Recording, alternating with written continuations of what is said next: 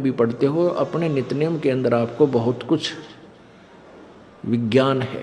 विज्ञान माने तत्व ज्ञान है, विशेष ज्ञान है। और इस ज्ञान को आप केवल एक रूटीन में पढ़ लेते हो कि हमने ये एक पढ़ना है, प्रतिदिन नित्यनेम करना ही करना है, लेकिन एक व्यवस्था बनाकर नहीं इसको प्रतिदिन करना चाहिए।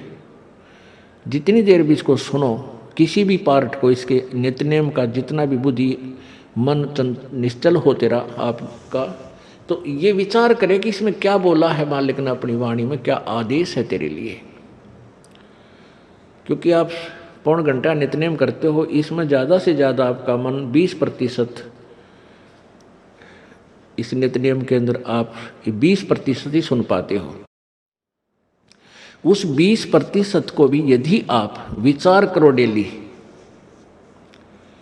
कि इसमें क्या आदेश है मालिक का, और फिर अपने जीवन को सारा दिन, उस दिन को ऐसे ही सुचारू रखो।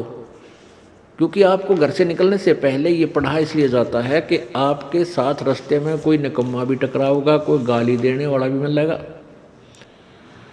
कोई बुंडा भी बोलेगा, कितने कोई आंट भी लावेगा। तो उनके साथ आपने कैसे व्यवहार करना है। आवत गाड़ी एक है, उल्टा हो अनेक, और कह कबीर ना उलटी हुआ रहे एक की एक। इसको पढ़ना नहीं है। मान ले कोई बुंडा बोला है, गलत बोलता है, गाली देता है, तो उसने तो कर दिया यूँ काम, और आप भी उल्टा दोगे तो फिर 4 और देगा कि वो तो पूरे मूड में है, वो तो फुल मूड में है लड़ाई के में, और आप भी आगे से उल्टी बोल पड़ोगे तो वो तो 4 बैठा है। जब बसात क्या उनका मुकदमा रोज कर लेते दिन में।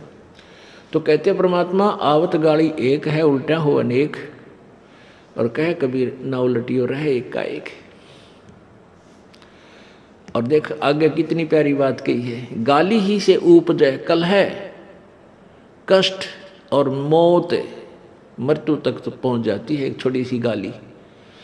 गाली ही से उपजे कलह, कष्ट और मीच, हार चले सो संत है, लाग मरे सो नीच।